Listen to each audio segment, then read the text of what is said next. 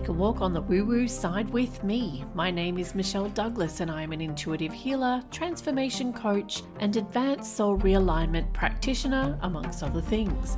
I am on a mission to empower you to make the right soul-aligned choices so that you can create all of the health, wealth, love, happiness, and success that you desire in your life.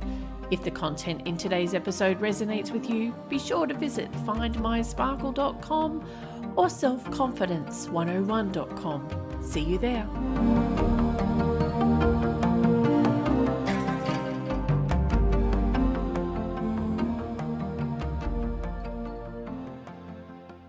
Hello, it's Michelle here, and today we're going to be talking about manifesting. And it's my most favorite topic in the whole entire universe, so that's what I'm going to talk about.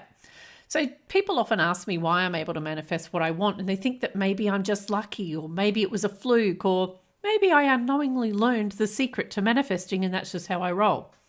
So I'm happy to say that it's not just luck that helps me to manifest, nor is it ever a fluke. It is, in fact, that I unknowingly learned the secret to manifesting, and that's how I roll. So even though that was an unknowing learning thing, I actually now know why and how I manifest and why things fell into place for me. And this is even when I doubted that it was ever going to happen. So it's happened a number of times where I thought, oh, no, this is not going to go through. And sure enough, a week later, it's ours sort of thing. So yeah, I am able to manifest. And why I'm able to do that is because I am making soul-aligned choices. So these are choices which are congruent to who I truly am at soul level. So what is a soul-aligned choice exactly? I'm hearing you asking me right now. So when your soul was created, you were assigned a whole bunch of specific qualities and gifts. And these qualities and gifts have remained with you throughout your entire existence. So through every single lifetime you've ever lived. And they will remain with you forever, like every future lifetime if you're choosing to reincarnate again in the future and beyond. So when you make choices which align with those qualities and gifts, you're literally creating positive experiences for yourself. A soul-aligned choice is simply a choice which is congruent to who you are as a soul. So in order to manifest what you want, it's really important that your choices are soul-aligned so that you don't repel what you want or create a negative experience. So when you make choices which do not align with those qualities and gifts, your experiences will be more, and I'm using inverted commas here, negative. When you continue to make negative choices, these create blocks and restrictions within your energy field. What happens next is that your unconscious choices will likely resonate with the blocks and restrictions, and then they will in turn create more negative experiences. An interesting fact about these blocks and restrictions is that they can be carried from lifetime to lifetime. So I had one client with blocks and restrictions dating back to 14 lives ago. Like they don't often go beyond that because through the future lifetimes, like from when that block or restriction was created, they work through the lessons and finally find a way to clear them. But yeah, 14 lives, I should say, was the limit that I've reached so far with some of my clients, or one of my clients in particular. So I'm going to talk through an example of an unconscious choice that's caused by a specific block or restriction. And we're going to use money as a good example. So if you're struggling to manifest money, this one will resonate. So I've had a number of clients with a past life vow of poverty in their energy field. So we're going to the Akashic records to find this information. And I normally, when I'm looking at the records, I find out whether it was to an individual or an organization in that past life. More often than not, this is somebody who might have been a priest or a nun in the past life when this vow was created. And in that lifetime, they perpetuated the vow of poverty through their choices. And this is the energy they're carrying now. So in this lifetime, obviously they're probably not a priest or a nun, or they wouldn't be coming to me for a reading. But the energy of this vow of poverty is still very strong in their energy. So when they're making unconscious choices, so this is just choices you make without thinking twice about it. And most of us run on this autopilot, I guess, most of the time, because otherwise our brains would explode. Now, especially around financial matters, when you're making these unconscious choices, you will often self-sabotage in some way to perpetuate the energetic quality of poverty. You're not doing this on purpose. It's just that this vow is literally running the show when you're not paying attention. So this is just one example of a gazillion why somebody would be struggling with money, but it shows that we're much more complicated than you think, right?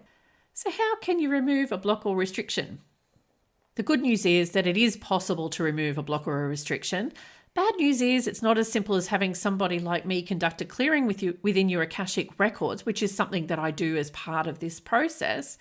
To remove the block or restriction, there's a little bit of work you need to do.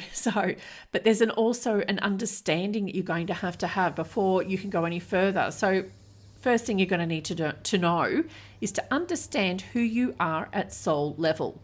And this can be achieved through a soul realignment reading. Once you've learned that, you also need to understand how your soul is designed to manifest. Now, having this understanding is really powerful because how I manifest and how the person next to me manifests will be completely different. I remember over the years, people saying, yeah, you must have a vision board and that's how you will manifest what you want. And they've never worked for me, ever, and I now know why. It's because I'm not designed to manifest by using vision boards, amongst other things. But my husband, on the other hand, would probably do well with a vision board in comparison. So we're all so different. Next is to understand which energies are controlling your unconscious choices. And this is also achieved through the soul realignment reading in that. So what we do is look at what your choices are and what energies are attached to those choices as well. So when you begin making choices, which is the next step, that are soul aligned and outside of your comfort zone, this is the only way to create a new experience. But if you want to create the same old stuff, then you're free to stay within your comfort zone and keep making similar or the same choices that you've been making up until this point. So this is a really big one. If you're not prepared to make new choices, which will probably feel uncomfortable because they're outside of your comfort zone, you might as well just resign yourself to staying right where you are now. Now, if that's exactly where you want to be, great. If it's not, then you've got some work to do. The last one is to make sure as many choices as possible on an ongoing basis are both congruent with who you are at soul level, but also moving you toward what you want and not away from it. So a regular checkup with future reading, which is what I run or I do myself, will help here as well. If you are wanting to manifest what you want, but you're not quite there, then very soon I'll have a program to help you with that. It's all around manifesting and how you personally manifest. So the good news about this program is that it's not a one-size-fits-all program that you can find out there. And like everyone's selling them, they're a dime a dozen, right? This one is actually tailored to you personally as a soul. So when you understand who you are at soul level, you're in a better position to make soul-aligned choices. And when you make soul-aligned choices, you create an experience that you actually want. So keep an eye on this website, on my website at findmysparkle.com for details of the program that I'm about to launch. And you're going to love it. I know it. So we'll see you there. Bye.